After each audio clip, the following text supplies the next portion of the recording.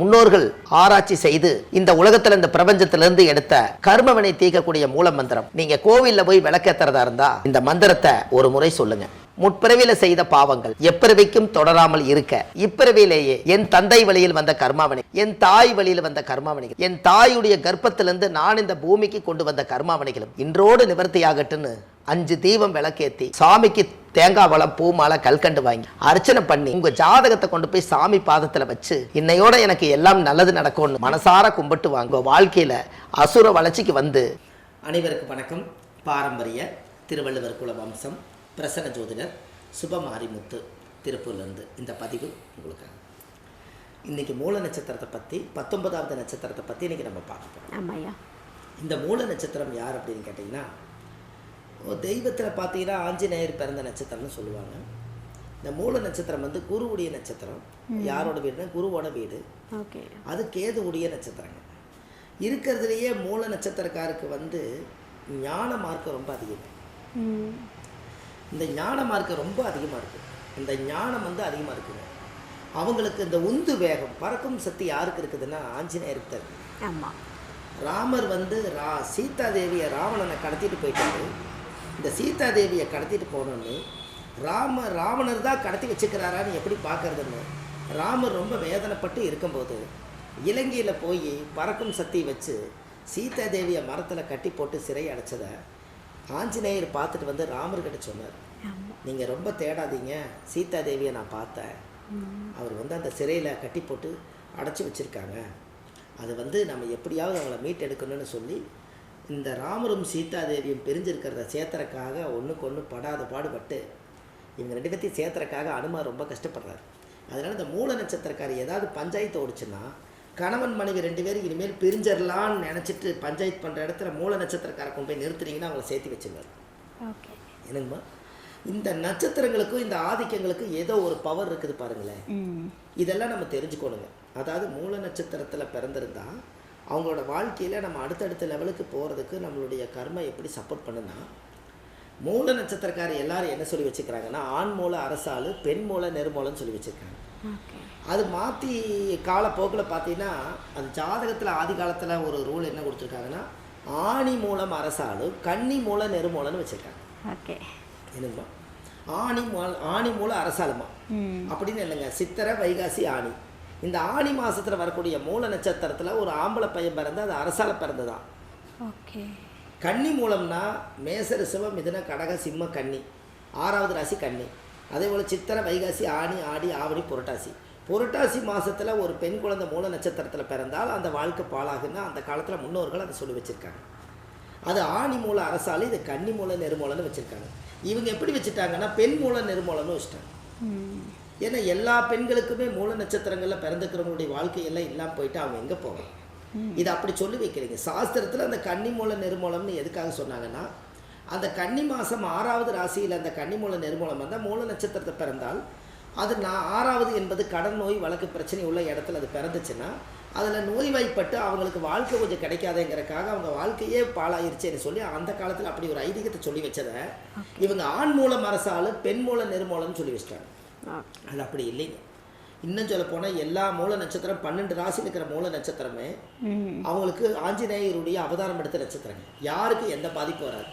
ஒரு விஷயம் உங்களுக்கு ஒன்று சொல்லட்டுங்களா, உங்களுடைய பிறப்பில் 9 கிரகம் 27 நட்சத்திரம் 12 ராசி ஒரு தாயுடைய கருவிலிருந்து நீங்கள் பிறக்கும்போதே உங்களுக்கு என்ன நடக்குன்னு எழுதப்பட்டது.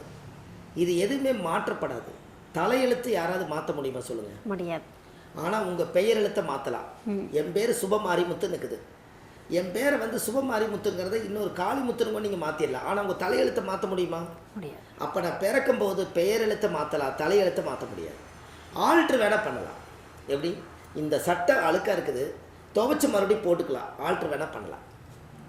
இந்த சேர் ஒரு பக்கம் ஆடிட்டு இருக்குது, இந்த இடத்துல ஒரு மரக்கட்டை வச்சு ஸ்ட்ராங் படுத்தலாம், ஆல்ட்ரு தான் பண்ண முடியும், தலையெழுத்தை மாற்ற முடியாது. இப்போ கேட்கலாம், ஜோசியர் இந்த இடத்துல உங்களுக்கு என்ன வேலை?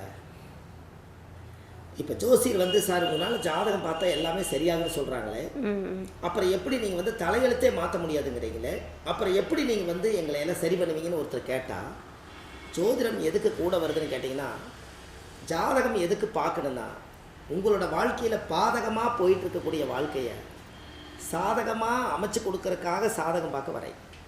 ஓகே. என்னங்கம்மா, ஜோசியமா ஜோதிடமானு கேட்டால் ஜோதிடம் அது சோதிச்சு திடமாக சொல்லு, உனக்கு இதுதான் தலையெழுத்துன்னு சொல்லு. தலையெழுத்தை மாற்ற முடியாது. அந்த தலையெழுத்துக்குள்ள பிறவி வாங்கி வந்திருக்கிறீங்க இல்லையா, உங்களுக்கு எந்தெந்த காலகட்டங்களில் என்னென்ன திசைகள் நடக்கும், இங்கே எப்படி நடந்துக்கலாங்கிறதுக்கு தான் ஜோதிடம் கூட வரும். எது மாறுபடாது. இந்த தாக்கத்தை குறைக்கிறதுக்கு நீங்கள் கரடு முரடாக போய் ஒரு வாழ்க்கையில் சிக்கிடக்கூடாதுங்கிறதுக்காக இந்த திசையில் ஒரு விரையை நடக்க போகுதுங்க, காசு பணமெல்லாம் உங்கள் பேரில் இல்லாமல் வேற ஒரு பேரில் மாற்றி வைங்கிறதுக்கு ஜோதிடம் வேணும். இந்த இடத்துல ஒரு விபத்து இருக்குதுங்க, இந்த இடத்த விட்டு கொஞ்சம் மாறிக்குங்கிறதுக்கு ஜோதிடம் வேணும். இந்த இடத்துல ஒரு சண்டை வரப்போகுதுங்க, கொஞ்சம் அமைதி ஆயிக்குங்கிறதுக்கு ஒரு ஜோதிடம் வேணும். இந்த இடத்துல கெட்ட நேரம் வரப்போகுது, நீங்கள் கொஞ்சம் தள்ளி நின்றுங்கிறதுக்கு ஜோதிடம் வேணும். எல்லாமே வருமுன் காண்பது. நாளைக்கு என்ன நடக்குதுங்கிறத இன்னைக்கு கணிச்சு நாளைக்கு நடக்கிறத தடுத்து நிறுத்துறதுக்கு ஒரு அறிவுரை சொல்கிறதுக்கு ஜோதிடர் வேணும். அதனால் அந்த காலத்தில் ராஜசபையிலேயே வந்து ஜோதிடர்களை அரண்மனையில் வச்சுருந்தாங்க. ஜோதிடர்களை அரண்மனையில் வச்சுருந்தாங்க. இன்றைக்கி அவர் சும்மா ஒரு டைம் பாஸ் என்டர்டைன்மெண்ட்டுக்காக இன்றைக்கி ஒரு மான் அடித்து சாப்பிட்லாமான்னு ராஜா நினச்சிட்டாருன்னா அது நானே அடித்து சாப்பிட்டா தான் ஒரு தைரியம் இருக்குன்னு அவர் மான் அடிக்கிறதுக்காக வேட்டைக்கு அம்பு வில்லு எடுத்துகிட்டு போவார். எடுத்துகிட்டு போகும்போது ராஜாவுடைய அரண்மனையிலேருந்து ஒரு அரண்மனை ஜோசியர் இருப்பார். அந்த அரண்மனை ஜோசியர்கிட்ட கேட்பார், இந்த ராஜா இன்னைக்கு ஜோசியரே இன்னைக்கு வந்து நான் வந்து வேட்டைக்கு போகலான்ட்டு இருக்கேன், எனக்கு ஆபத்து இருக்குதா அப்படின்னு ஜோசியம் கேட்பார். அவர் பிரசரம் போட்டு பார்த்து இன்னைக்கு வேட்டைக்கு போயிட்டு வாங்க, மானோட வருவீங்கன்னு சொல்லுவார். அவர் மானோட வருவார். ஒரு நாள் வந்து இன்னைக்கு வேட்டைக்கு போகாதீங்க, உங்களுக்கு சஷ்டாங்கம் இருக்குது, சந்திரஷ்டம் இருக்குது, டைம் சரியில்லைன்னு சொன்னால் சிங்கமோ புலியோ கரடியோ துரத்தி கீரல் வாங்கிட்டு வருவார். அப்போ அன்னைக்கு ஜோதிடம் மலங்காட்டுக்குள்ளேயும் ஜோதிடம் கூட வந்திருக்கு இல்லையா, என்னங்கம்மா? அப்போ இது எதுக்குன்னு கேட்டிங்கன்னா ஜோதிடம் என்பது ஆலோசனை தாங்க. உங்கள் வாழ்க்கையை ஆலோசனை பண்ணி ஒரு நல்ல வார்த்தை சொல்கிறதுக்கு ஜோதிடம் தேவை. அதில் வந்து யாருடைய மனசை புண்படுத்தாமல் வாழ்கிற வாழ்க்கை அது அதை விட சிறப்பு. என்னங்கம்மா? அப்போ இதெல்லாம் தான் இந்த மூல நட்சத்திரம் ஆஞ்சநேயர் பிறந்ததுனால உங்களுக்கு இன்னொன்று தெரியுங்களா, அதாவது இந்த மூல நட்சத்திரம் அவங்களாட்ட குழந்தை வளர்த்துறதுக்கு யாராலையும் முடியாது. நான் ஒரு 25-30 சேனலில் மூல நட்சத்திரத்தை பற்றி சொல்லியிருக்கேங்க. மூல நட்சத்திரக்கார் வந்து பெண்களுக்கு மூல நட்சத்திரம் வந்தால் அவங்களாட்ட குழந்தை வளர்த்துறதுக்கு யாராலையும் முடியாது. அது என்ன காரணம்னு நீங்கள் கேட்கணுமில்ல, அதெல்லாம் கேட்பீங்க. கண்டிப்பாக. அதாவது மூல நட்சத்திரம் வந்து திருவாதிரை வந்து ஆண் நாய், மூல நட்சத்திரம் வந்து பெண் நாய். பஞ்சாங்கத்தில் போய் பார்த்தீங்கன்னா மூல நட்சத்திரம் ஆண் நாய், பெண்ணுக்கு வந்து மூல நட்சத்திரம் வந்து பெண் நாய், இது வந்து ஆண் நாய். என்னங்க? அப்போது இந்த ஆண் நாயாக இருக்கும்போது கரெக்டாக திருவாதிரை வந்து ஆண் நாய், மூலம் வந்து பெண் நாய். இந்த மூல நட்சத்திரம் பெண் நாயாக இருக்கிறனால அந்த பெண் நாய் குட்டி போட்டுச்சுன்னா நம்ம குட்டி போட்ட இடத்துல குட்டியை தூக்கி வர்றாங்கன்னு சொல்லி போட்டு இந்த நாய் கடிக்க வருதுன்னு சொல்லி இந்த கல்லெடுத்து நாய் அடிக்கிறதுக்கு போவாங்கல்ல, என்னையவே கடிக்க வரையா நீங்கள்.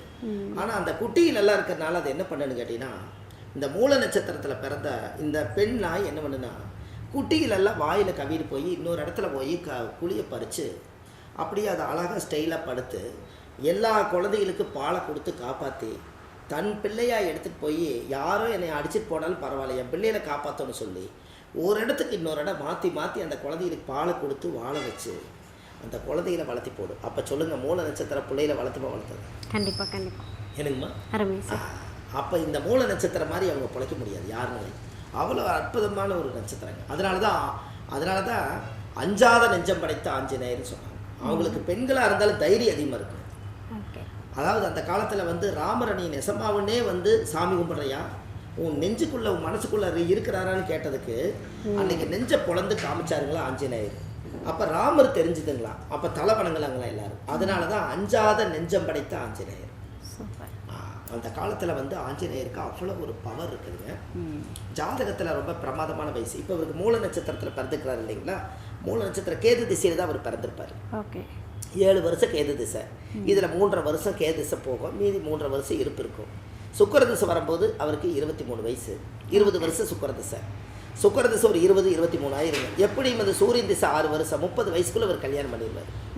அப்புறம் சூரியன் திசை முடிஞ்சு சந்திர திசை 10 வருஷங்க. அப்போ 30 வயசுக்கு மேலே 10 வருஷம் சந்திர திசை. அப்போ சந்திர திசை 30 ஒரு 10 40 வயசுங்கும் போது அவருடைய வாழ்க்கையில் கல்யாணமாகி ஒரு மெச்சூரிட்டி ஆகிடுவார். 40 வயசுக்கு மேலே 50 வயசுங்கும் போது சந்திரன் முடிஞ்சு செவ்வாய் 47, ராகு ஒரு 18. இவருக்கு ராகு திசையிலேயே இவருக்கு ரிட்டையர்ட் ஆயிடும். எல்லாமே 60 வயசுக்குள்ளே கணக்கு போடும்போது கேதுல ஆரம்பித்து ராகுல முடியுதுங்க. இப்போ பாருங்கள், கேதுன்னா தலை, கேதுன்னா வாள், ராகுன்னா தலை. இங்கே ராகுன்னா தலை, இங்கே கேதுன்னா வாள். இங்கே பாருங்கள், தலையில் ஆரம்பித்து வாளில் முடியுது, இங்கே வாளில் ஆரம்பித்து தலையில் முடியுது. அப்போ கேதுங்கிறது அந்த காலத்தில் வந்து ஞான மார்க்கம். அப்போ மூல நட்சத்திரத்தில் யாராவது ஒருவர் பிறந்தால் அவங்க வாழ்க்கை அசுர வளர்ச்சி கொண்டு வந்து விட்டுருவோம். எப்பவுமே ஒரு இடத்துக்கு தைரியமாக போவாங்க. பெண்களுக்கு அதிகமான பவர் மூல நட்சத்திரங்க. பெண்களுக்கு ரொம்ப சக்தி வாய்ந்த நட்சத்திரங்க. அவங்கள ஒருத்தரை வச்சுருங்க, வீட்டுக்குள்ளே எந்த பிரச்சனையும் வராது. இப்போ நீங்கள் ஒரு பஞ்சாயத்து அன்னைக்கு இங்கோட ஒரு பஞ்சாயத்து அன்னைக்கு வந்து ஒரு பஞ்சாயத்து அன்னைக்கு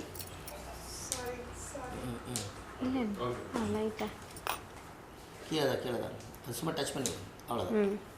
ஒரு பஞ்சாயத்து அன்னைக்கு வந்துங்க, ஒரு பஞ்சாயத்துக்கு வந்தாலே குடும்பத்தை சேர்த்து வைக்கிறாங்களே, அந்த பஞ்சாயத்து இல்லாமல் வாழ்நாள் முழுது வீட்டில் இருந்தாருன்னா எந்த பஞ்சாயத்து வராமல் பார்த்துக்குவாங்கல்லங்க. கண்டிப்பாக என்னங்கம்மா? கண்டிப்பாக சார். இந்த ஆலமரம் பார்த்துருக்கீங்களா? ஆலமரத்தடி தான் பஞ்சாயத்து நடக்கும். ஆமாம். ஆக எப்படியாவது பிரிக்கோன்னு பல திட்டங்கள் போட்டு வருவாங்க, ஆனால் அங்கே சேர்ந்து வாழுவாங்க. என்ன காரணம் தெரியுங்களா? ஆலமரத்தில் ஒரு மரத்தோட இன்னொரு மரம் பின்னி பிணைஞ்சிருக்கனால அங்கே பிரிக்க விடாது, சேர்த்த விடாது. அதனால தான் ஆலமரத்தடியில் முன்னோர்கள் அந்த காலத்தில் பஞ்சாயத்து பண்ணாங்க. எப்படின்னு பாருங்கள். இதெல்லாமே அசுபனி மகம் மூலமாக தான் இயங்குதுங்க. இதெல்லாம் வாழ்க்கையில் தேட கிடைக்காத செல்வங்க, எல்லாருமே தெரிஞ்சுக்க வேண்டிய விஷயம். அதனால் ஜாதகத்தில் வந்துங்க மூல நட்சத்திரம் ஆஞ்சநேயர், அவங்களுக்கு ஒரு கோயில் உங்களுக்கு கொடுக்குறேன். அந்த கோயிலுக்கு போயிட்டு வந்தாங்கன்னா அவங்களுடைய ஜென்ம கர்ப்ப வாசனையெல்லாம் நிவர்த்தி ஆகி உங்கள் கர்மாவெல்லாம் குறைஞ்சு உங்கள் வாழ்க்கையில் நல்லா இருப்பாங்க. கண்டிப்பாக இதை செய்யுங்க, நல்லதே நடக்கும். அருமை. அதாவது வந்து பிறருடைய வாழ்க்கையை வந்து எப்படி அமைச்சுக்கிட்டா நல்லாயிருக்கும் அப்படின்னு சொல்லிட்டு பல பழமொழிகளோடு ஒப்பிட்டு வந்து நிறைய பலன்களை வந்து கொடுத்துட்ருக்கீங்க. கண்டிப்பாக இது வந்து மூல நட்சத்திரக்காரங்க பார்த்துட்ருப்பாங்க, அவங்களுக்கு ரொம்ப பயனுள்ள ஒரு அருமையான தகவல்களை கொடுத்துருக்கீங்க ஐயா. ரொம்ப நன்றி ஐயா. ரொம்ப நன்றி. வணக்கம் ஐயா. மூல நட்சத்திரத்துக்கும் நீங்கள் நிறைய பலன்கள் கொடுத்துட்டீங்க. ஸோ ஓரளவுக்கு சாட்டிஸ்ஃபை ஆகிட்டாங்க. ஆனாலுமே வந்து அந்த மன நிம்மதின்றது வந்து கோவிலுக்கு போயிட்டு வந்தால் தான் முழுமை பெறும் இல்லையா? கண்டிப்பாக. ஸோ நீங்களும் சொல்லிட்டீங்க கோவிலுக்கு போயிட்டு வாங்க, உங்களுக்குன்னே ஒரு நட்சத்திர கோவில் இருக்குன்னு. சரி, அந்த நட்சத்திர கோவில் எதா ஐயா? மூல நட்சத்திரம். அதாவது ஆமாங்கம்மா, ரொம்ப சந்தோஷம். அதாவது மூல நட்சத்திரம் ஆஞ்சநேயர் பிறந்த நட்சத்திரம் இல்லைங்களாம்மா? அதாவது இந்த கரெக்டான ஒரு ரகசிய கோயில் வந்துங்க, மூல நட்சத்திரத்துக்குன்னே அனுமாருக்குன்னே அந்த காலத்தில் வந்து மூல நட்சத்திரத்தில் பிறந்துக்கிறவங்க ஒரு ரகசிய கோயிலுங்க அது. அந்த கோயில் வந்து இவங்க கண்டிப்பாக போகணும். இது எங்கே இருக்குதுன்னு கேட்டிங்கன்னா கொஞ்சம் கஷ்டம்தான், ஆனால் அந்த கோயில் போயிட்டு வந்து அவங்க வாழ்க்கை நல்லா இருக்குங்க. அதுக்கு காரணமே என்னென்னு கேட்டிங்கன்னா, திருவள்ளூர் மாவட்டம் பேரம்பாக்கம் பக்கத்தில் மப்பேடுங்கிற ஊரில் தான் சிங்கேஸ்வர கோயில் இருக்குதுங்க. அந்த கோவில் வந்து சிங்கேஸ்வரர்னு கூகுளில் நீங்கள் சர்ச் பண்ணிங்கன்னா அது கரெக்டாக உங்களுக்கு வந்துடும். அது வந்து திருவள்ளூர் மாவட்டம் தான். அந்த திருவள்ளூர் மாவட்டத்தில் தான் அந்த கோவில் வந்து பேரம்பாக்கம் பக்கத்தில் அந்த சிங்கேஸ்வர கோயில்னு சொல்லி அந்த மப்பேடுங்கிற ஊரில் தான் இருக்குது. எங்கேயும் அலைய வேண்டியதில்லை. அந்த கோயிலில் போய் ஒரு 5 விளக்கு தீபம், சுவாமிக்கு தேங்காய் பழம், பூமாலை, கல்கண்டு வாங்கி அர்ச்சனை பண்ணி அந்த கோவிலில் சாமி கும்பிட்டு வந்தாச்சுன்னா உங்கள் வாழ்க்கையில் ஒரு அசுர வளர்ச்சிங்க, நல்லதே நடக்குங்க. கண்டிப்பாக ஒரு முறை அந்த நட்சத்திரம் மூல நட்சத்திரம் பிறந்தவங்க போயிட்டு வாங்க, நட்சத்திர தோசை நிவர்த்தியாகும்.